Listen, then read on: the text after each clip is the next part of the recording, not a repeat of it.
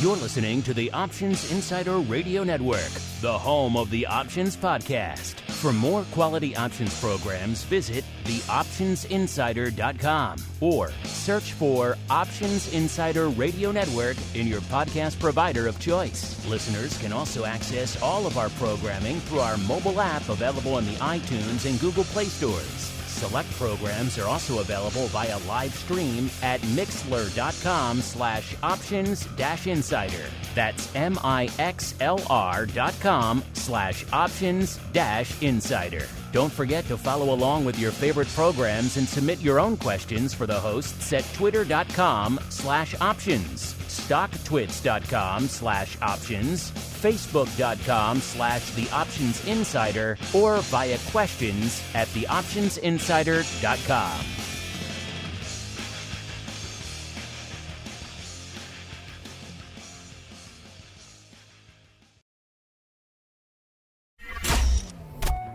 Bitcoin, Ether, Solana, Doge, and more. Cryptocurrencies and digital assets are taking the financial world by storm. This exploding market provides everything a savvy trader needs: volatility, volume, and liquidity, provided you know how to find it. That's where we come in. Welcome to the Crypto Rundown. Each week, we'll break down the latest trading activity, trends, and developments throughout the world's leading crypto derivatives markets. If it's moving the crypto markets, then you'll find it on the Crypto Rundown. The Crypto Rundown is brought to you by Amber Data. If you're entering the digital asset class, you'll need access to granular on-chain and market data from multiple venues to power research, trading, risk management, and compliance. Amber Data delivers comprehensive data and insights into blockchain networks, crypto markets, and decentralized finance, empowering financial institutions to apply traditional finance methods to digital assets. Amber Data eliminates the infrastructure setup, integration challenges, and maintenance headaches to access digital asset data, reducing cost and time to market to enter the digital asset class. Learn more and download their digital asset data guide at www.amberdata.io.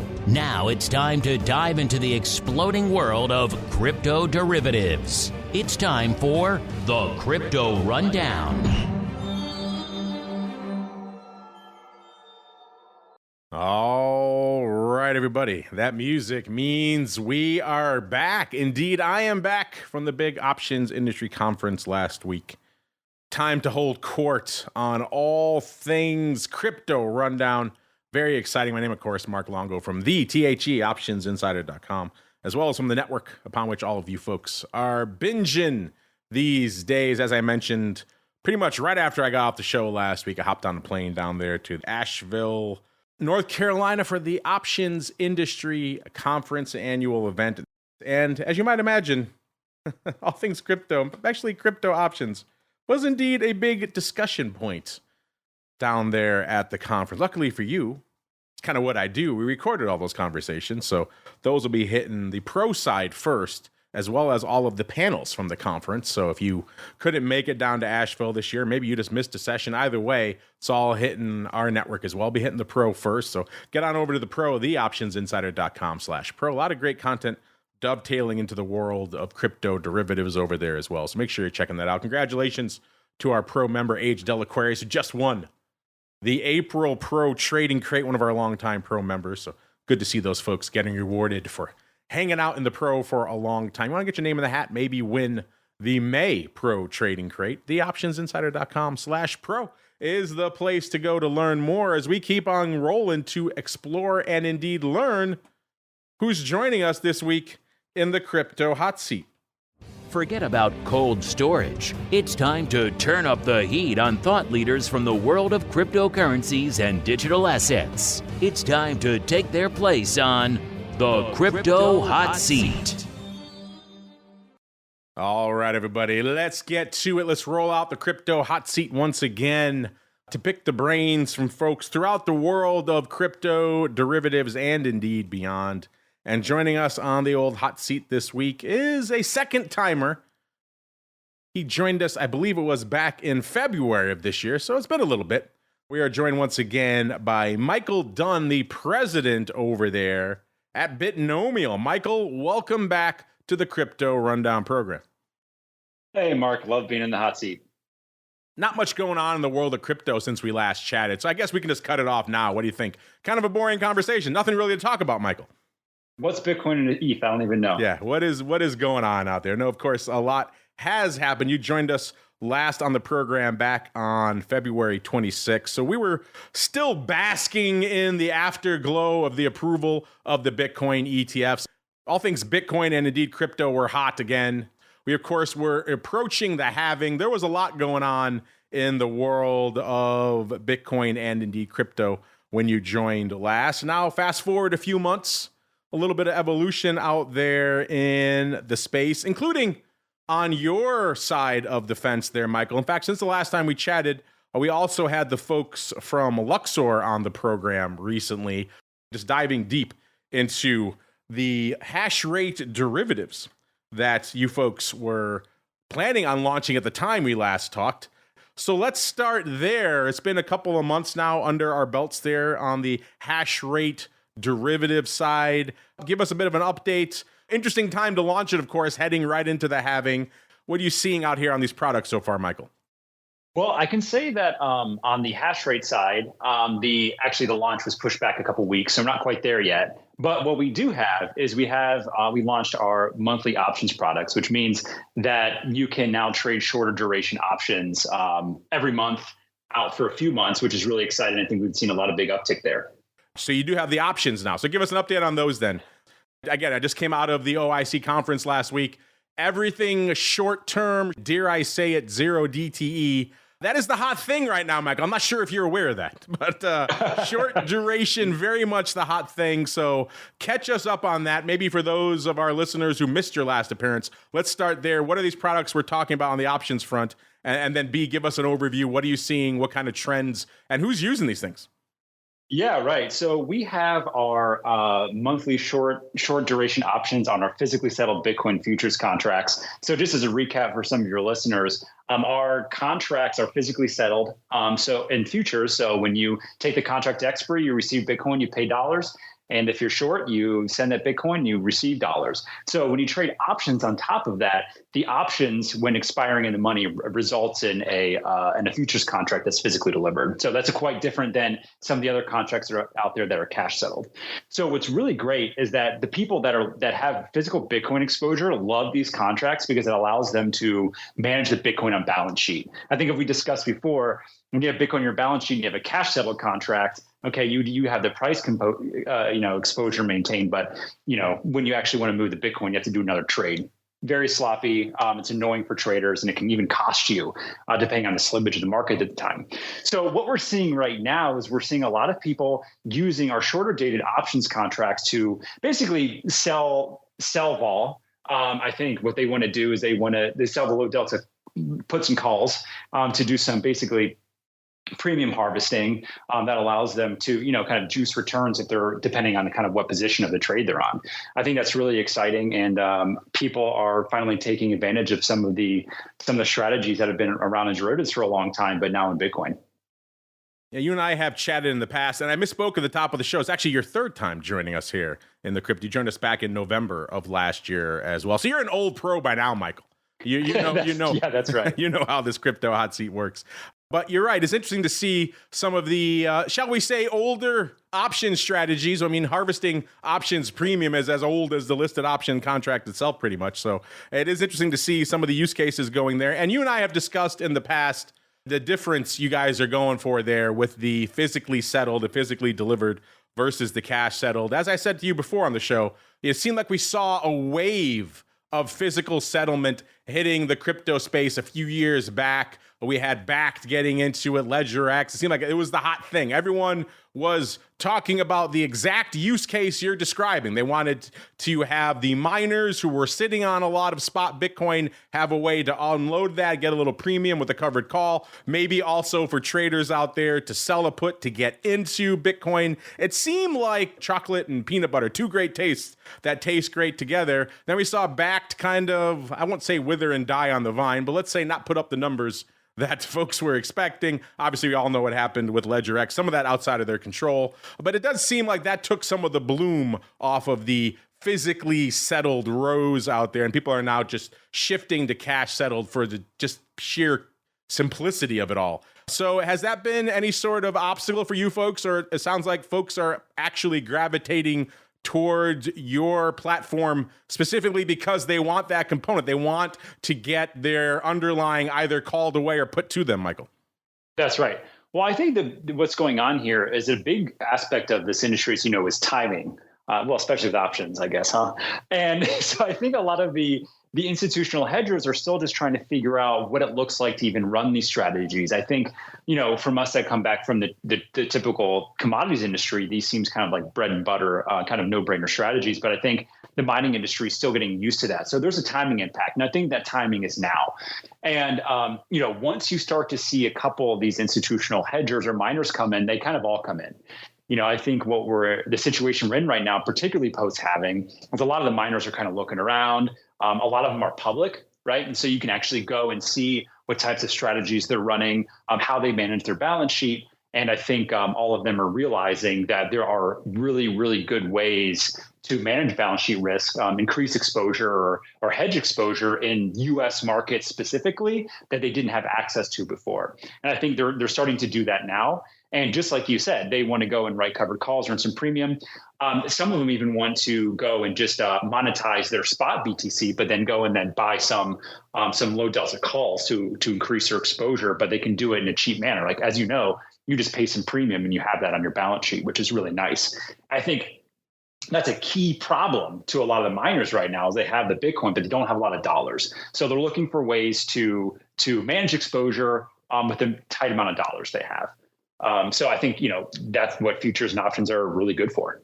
It is funny to see the intersection blooming between these two markets where miners have a very traditional use case to any other commodity producer you might see out there. They need to hedge and maybe generate some income from their supply. On the flip side, you have the more traditional market-oriented traders and prop firms out there and speculators who want to get into this space, but maybe are a little bit more reticent on the underlying. So you have the miners and others coming to grips with some old school strategies, and you have the folks who are fluent in those strategies coming to grips with, let's say, a newer school underlying. So to me, Michael, that's always been the fascinating part of this show is the Venn diagram, where those two worlds overlap and what happens in between. And that seems to be firmly where you folks at Bitnomial are sitting right now, Michael. I think that's right. I think one of the things that's been tough in this industry is that, like you said, you have these old traditional participants that were, didn't know how to deal with the underlying, and then the miners that do. And I think typically what they've done in the past is they go to OTC brokers and do kind of these bilateral deals. But, there's a lot of downside to that, right? So what happens when, you can't get an ISDA agreement signed or another agreement, between you and a broker? Well, that means you can't trade, right? And you also have counterparty risk. What happens if that broker, quite frankly, goes and goes and writes a bunch of puts in Doge or something like that, right? And they go under. A la Genesis or something like that, right? So there's a lot of worry about counterparty risk. And what's nice about our platform is that, you sign up with one of our partner FCMs, and then you can trade with anyone on our platform, and you don't have to worry about the counterparty risk in the same way because it's all intermediated by a centralized clearinghouse.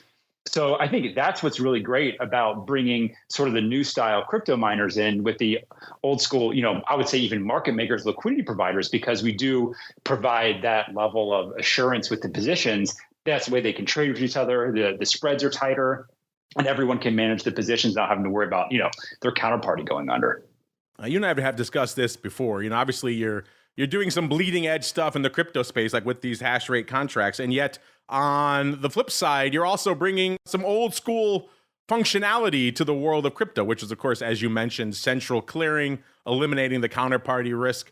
There is a lot of advantages to that, especially for a lot of folks in the traditional world of finance who maybe are still a little bit reticent about dipping their toes in the crypto waters. Those kind of things, they help smooth the transition for them. It gives them the functionality and eliminates a risk that they're not used to dealing with. On the flip side, though, there's a lot of those folks, maybe on the mining community even, who are, shall we say, crypto native, who don't come from that world, who believe DeFi is the answer to all things, Michael. And so for them, maybe they will also want to trade some of the products on your platform, but maybe they're a little bit reticent about the central clearing. How do you bring those folks to the table? And what has the response been from the, shall we say, crypto native crowd, Michael?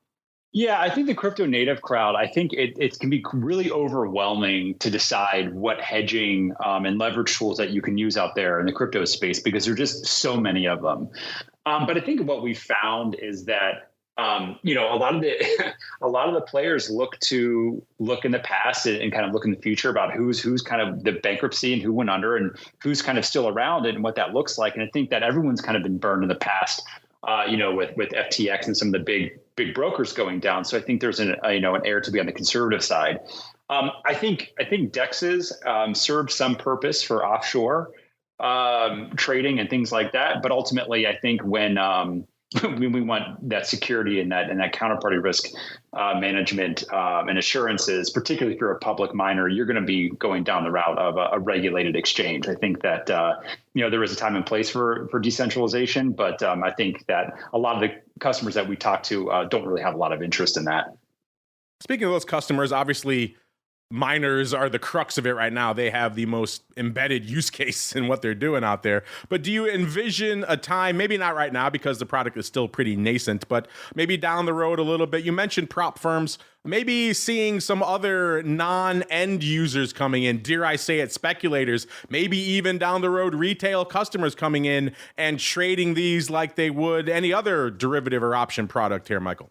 Yeah, the way we view retail and speculative customers there is that we believe that a fully fledged market should be formed before those types of participants come in, right? And so what we want to see is we want to have a fully developed institutional market where hedging flow comes in, day out. You have your market makers there providing tight markets, providing a lot of liquidity, and it kind of have a very win-win trade is the way we say it, right? Someone comes and want to hedge risk. You have a market maker willing to take the other side. The price sensitivity is a bit lower because ultimately they're reducing the risk overall, right? That's a win-win trade. The way that I feel about retail and speculation is that it's not always necessarily a win-win trade, right? I think you have a lot of people out there that do want to speculate, but they'll kind of come in later when the markets are tight. They're going to look for, hey, where's the best bid, best offer? What's the ease of access? And I think those types of trades come in towards the middle or end of a kind of a market life cycle. And I think that's kind of what we're expecting to see here. So I think that the retail traders will come and come to participate in the most liquid market. And they're always looking for that. And I think no doubt they're going to want to have to trade the physically settled futures and options because, options are a great retail tool. Well, the flip side of retail is, of course, institutional. I've often joked here on this show that institutional demand and indeed interest in crypto really seems to correlate very strongly to the price of Bitcoin. When Bitcoin's down around 10,000, they don't really seem to have much interest when we're in the depths of the crypto winter, shall we say. When it's back up here at these levels, 60 plus thousand, it does seem like more firms are at the very least crypto curious. So I'm curious from that perspective there, Michael. Obviously, they are the core audience for your platform. What kind of interest, what kind of demand are you seeing on the institutional side right now? Yeah, it's high. I think what we're seeing post-halving is that the mining space is even more competitive. And I think that, the miners want to go and hedge their various risks. What's really neat about a centralized exchange and clearinghouse, like you were mentioning, is that actually allows the institutional hedgers to trade our Bitcoin and hash rate contracts together. So it's very typical in commodities to have what we call an intra-commodity spread credit, which basically means if you trade both legs together, your maintenance margin requirements can be reduced than if you were to trade those contracts individually. So really what we're looking to do is we're looking to allow for miners, for example, to sell hash rate, as you would imagine they would do since they're natural hedgers. They want to sell and lock in a hash rate price. And then while also convert some of their spot Bitcoin into long Bitcoin futures, that allows them to free up some liquidity on their balance sheet while maintaining the Bitcoin exposure. And then what you have there is that position combined can actually have a lower margin cost than individually because the risk can be managed together as a portfolio. Well, you mentioned the halving. Obviously, the launch was planned to at least somewhat dovetail with that. We saw a lot of interest coming into it. Kind of a mixed bag coming out of it. I'm curious your thoughts there, Michael. How did the halving impact maybe the interest going into the launch, and what are you seeing now coming out of it on the other end? Yeah, I think that the interest has peaked because of the it's peaking, I should say, with the halving. And I think really what's going on is that as our hash rate contracts really start to mature, the people are going to figure out how to use these contracts effectively. And so I think we're just kind of opening the floodgates here. I think they're going to start getting their feet wet, and then they're going to be able to hedge an even larger amount of contracts once they figure out how it works and once there's a little bit of price history. As I mentioned, I just came back from the Options Industry Conference last week. It's a big get-together of a who's who in the world of options here in the U.S. And for the first time really in a while, crypto options were very much front and center. Obviously, we saw the Bitcoin ETFs approved earlier this year. And usually when a big product is approved, it could be an IPO, whenever a new underlying is listed, the options market here in the U.S., they've come to expect having options in their hot little hands. It used to be a few weeks. Now they've gotten it down to just a few days. Usually after an IPO or a big new listing, they'll have options available on that. The exchanges, at the end of the day, they're all for-profit public entities. So they want to make money. They want to give you the volume you want. And yet these ETFs were approved in January, and we've heard nothing, not a peep on the approval side for the options. So this was a hot topic last week. I'm curious to get your thoughts on this, Michael. You obviously have some direct experience on the crypto options regulatory side. What are your thoughts on maybe why we haven't seen these options on these ETFs yet? And as someone, again, who's spent some time dealing with that side of the space and still does, do you think we're going to see these this year or perhaps even ever? That's a really great question. I think the thing to mention is that we are strictly regulated by the CFTC, and we actually don't have any sort of exposure to the SEC at this point in time. So I can't really speculate as to why the SEC may not want the options on the crypto ETFs. I think that's kind of a long-standing battle that's been going on for a while now. But I think kind of the benefit of the options that we have in the commodities world is that they're very basic. I think there's nothing really different about them. Bitcoin is a commodity. You can look at the price throughout time, and the way that the contract is structured, the option contract is structured, is very vanilla. So I think from a risk management perspective, I mean, you can just plug it into some formulas and know kind of what the 30-day historical vol is going to be. I think, you can look at the access here. So I think it's very straightforward. And I think that's to the benefit of commodity futures and options. And so I got to give the CFTC credit for getting these over the line and then making it easy for people to access them. It is a strange world we live in, Michael, where the underlying is approved, but if you want to buy a put on said underlying, maybe to hedge your exposure, that is verboten. That is not allowed. That's too much risk. Yep.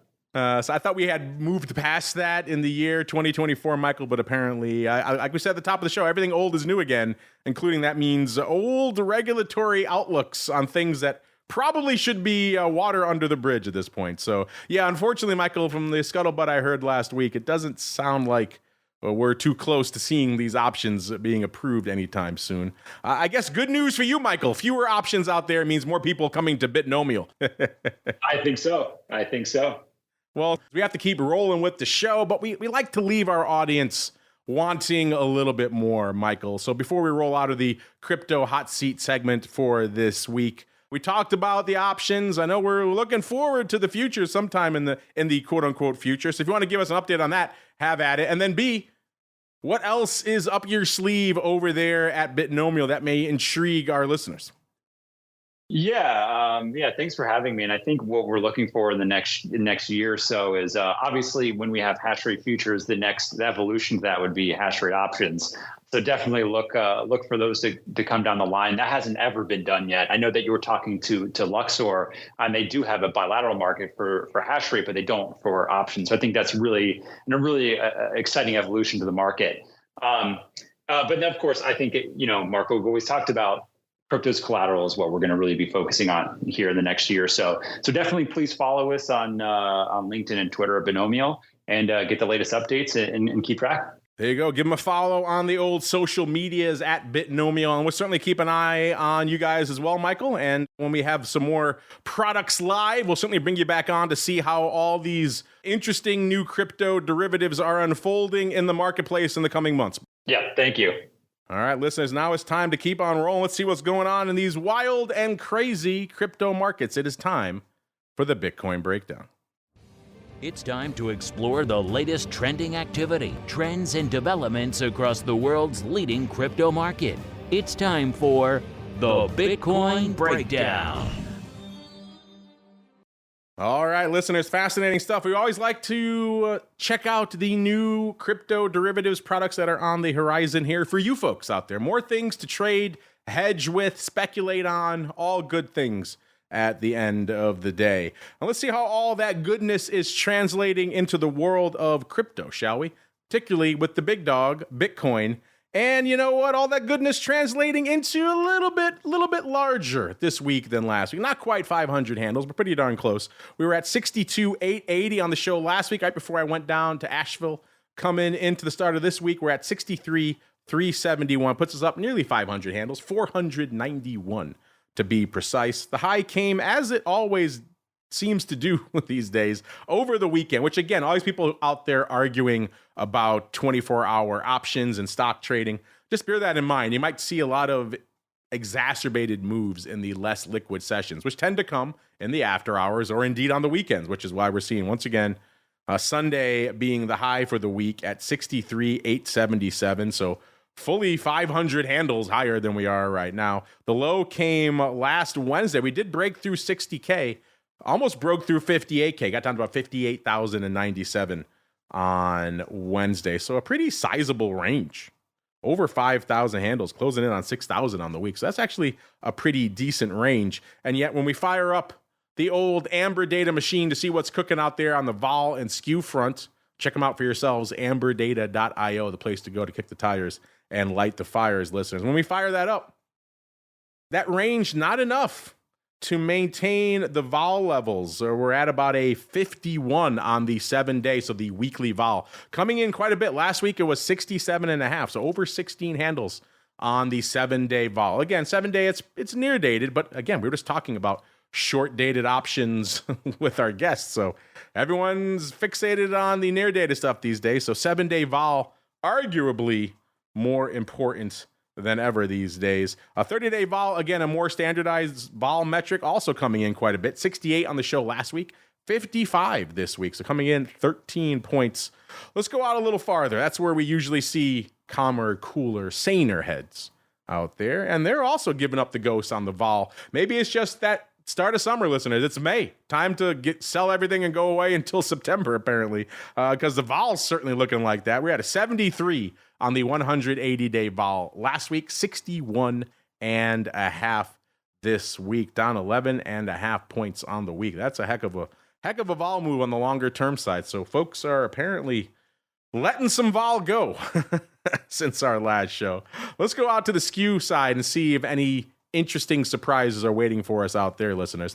And we got a little bit of evolution there. 7-day Skew was negative on our last show, about -2.5, so nothing crazy, but slightly negative. Now it has swung in the other direction to slightly positive at about a +2, so about a 4.5 point swing on the week. Going out a month, we were pretty much flat. I think we were a -0.2 on the show last week, so again, I would count that as flat. This week, a +2 as well. So same Skew on the 7-day that we're seeing on the 30-day. So slightly biased to the upside, but again, nothing crazy.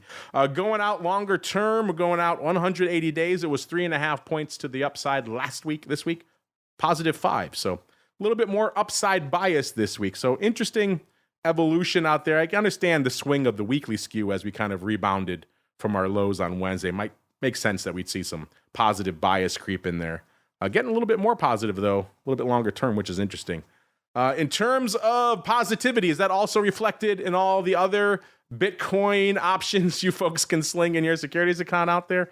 The answer is, well, again, it depends where you look. Let's start with Bitto, and the answer there is a resounding no, taken on the chin right now, 25.6 off 3.4 handles since our show last week. So, yeah, taking it a bit on the chin out there in Bitto. Seeing about 55,000 contracts on the tape right now. So kind of light. The ADV is 107,000. That's actually up about 5,000 from this time last week. So the ADV reflecting stronger volume.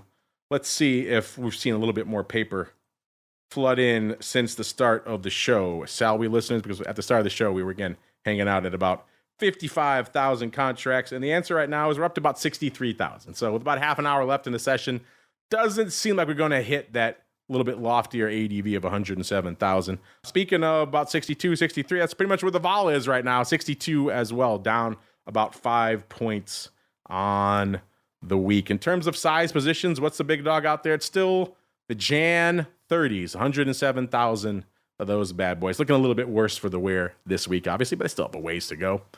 As it has been for a while, we're still 5-0 in the top 5 in terms of all calls all the time.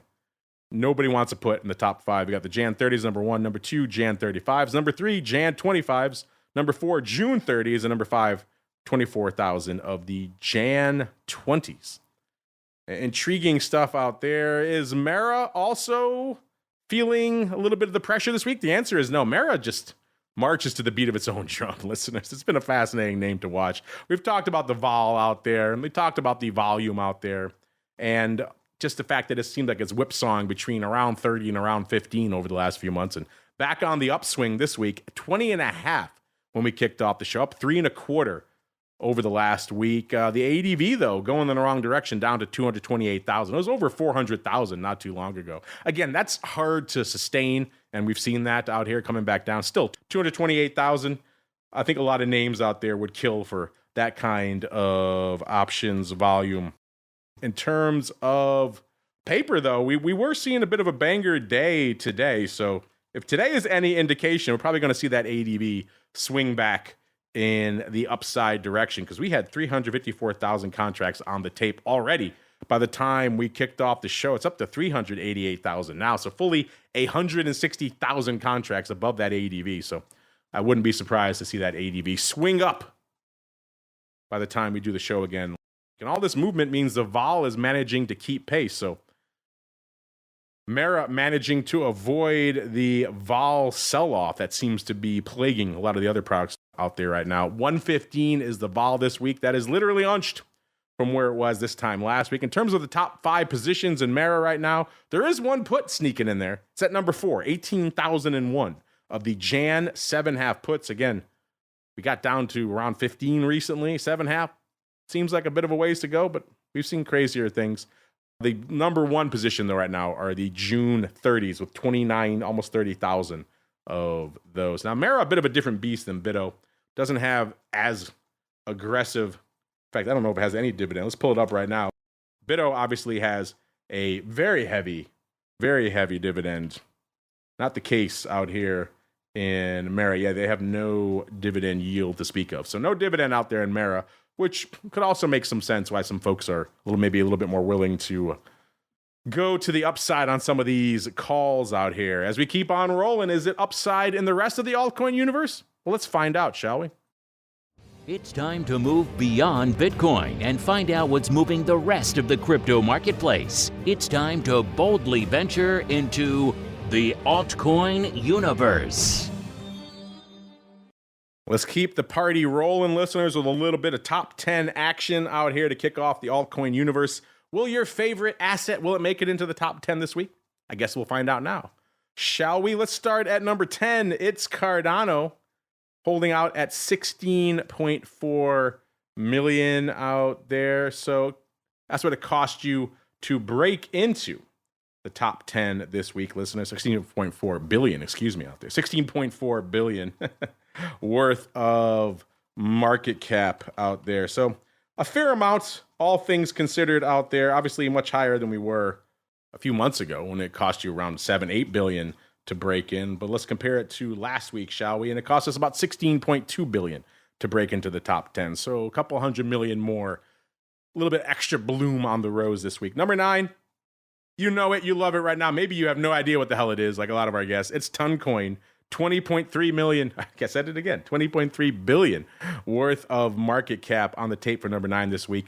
Number 8, it's the ever mighty Doge, locking down the 8th spot, 22.3 billion worth of market cap. Number 7, it's XRP, 30.1 billion, because of course it is.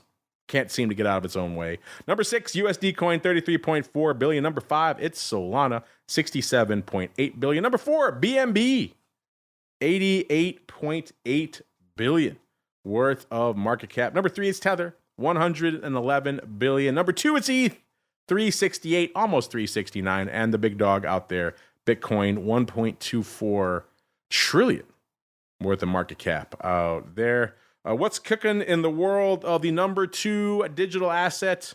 It's looking a little bit lighter than it was at the end of the show last week. Last week, we were at 31.76. Kicking off the show this week, 30.73, down 103 handles on the week. On Wednesday, that was kind of the nadir for the week for ETH as well. Got below 3K, 29.65. So bouncing a little over 100 handles off that low, but also obviously off of the high, which was pretty much during our show last week, 31.76. That's about as high as we got out there. So interesting range out there. Again, not enough to maintain these vol levels we were talking about last week. ETH 7-day vol was a 70 last week. Coming in to start of the show this week, 59. ETH 30-day vol, 70 and a quarter last week, 62 and a half this week. So again, the vol kind of coming off across the board, even going all the way out 180 days, 77 and 2/3. Last week, 66 and 2/3. This week down exactly 11 points on the vol front. So does seem like folks are not at all reticent about letting some vol go in May here to kick off the summer. I won't repeat the cliche, but you know where I'm going, listeners. Skew-wise, last week, 7-day skew was negative 2.5 in ETH. This week, it's still negative, but it has moderated quite a bit. It's about negative 3/4 of a point. So not even a full point to the dark side. Monthly skew last week, negative 2.5. This week, negative 3.5. So getting slightly more bearish, which is kind of interesting given the price action we're seeing out there. And 180-day skew was positive 2 3/4 last week. This week, gaining about a half a point at about positive 3 1/4. Let's get out to Solana. Solana having a pretty decent move since our last show. 134 and change last week, almost 152 to start the show. This week up about 17 1/4 points on the week. So pretty decent movement on the week. Not seeing a ton of vol out there right now.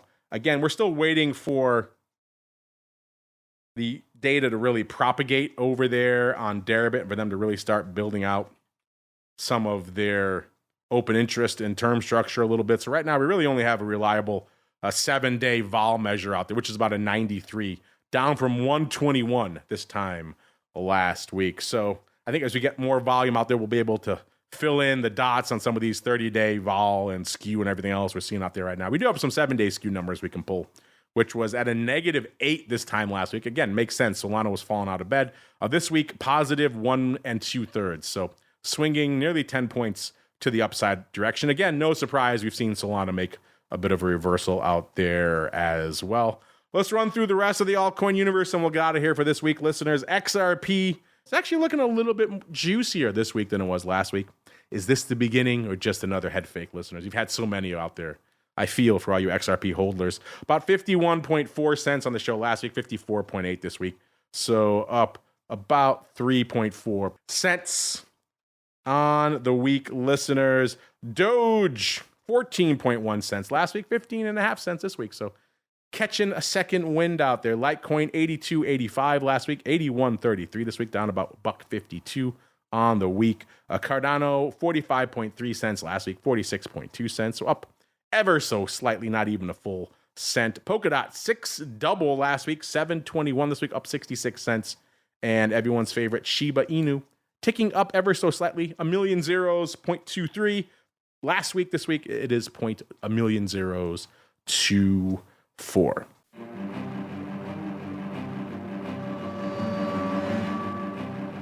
All right, that is going to do it for the crypto rundown for this week. I want to thank our guest, Michael Dunn from Bitnomial. You want to check out what they have cooking? You can follow them over there on most of the social media platforms, just Bitnomial, or at Bitnomial, BITNOMIAL.com is the place to go. Kick the tires and light the fires and see what's going on with all these products they're talking about over there. We always love new products in the crypto derivative space, so keep an eye on them. And while you're keeping an eye on things, keep an eye on amberdata.io, the place to go to kick the tires and light the fires on all sorts of crypto derivatives analytics. And we really don't have time to just scratch the surface here on the show. There's so many other things. There's butterflies, there's shadow term structures, all sorts of fun. Again, we kind of just hit the bullet points on the show like this. That's all we really have time for. But if you want to see more, sink your teeth in for yourselves. Amberdata.io is the place to go. We got to get on out of here. Back again tomorrow with our good buddy, Mr. Uncle Mike Tusaw, tackling a lot of your questions. If you want to put them to him, theoptionsinsider.com/pro is the place to go. Congratulations to our pro member, Age Adult Aquarius, for winning the April Pro Trading Crate. Get on over to the Pro if you want to put your hat in for the May Crate. And then back with our usual array of content throughout the week, including a lot of great educational content, like indeed Options Bootcamp on Wednesdays. Get that wherever you get our full network feed, listeners. And then back again next Monday, another episode of the Crypto Rundown. Stay safe out there, everybody.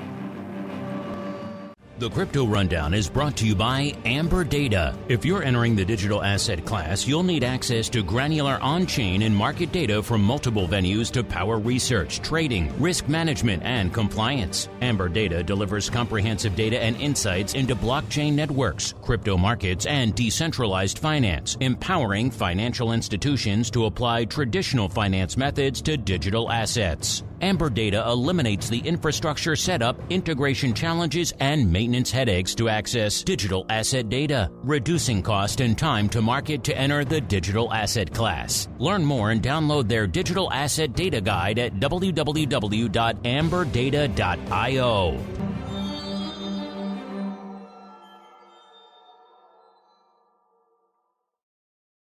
You're listening to the Options Insider Radio Network, the home of the Options Podcast. For more quality options programs, visit theoptionsinsider.com or search for Options Insider Radio Network in your podcast provider of choice. Listeners can also access all of our programming through our mobile app available in the iTunes and Google Play stores. Select programs are also available via live stream at mixlr.com/options-insider.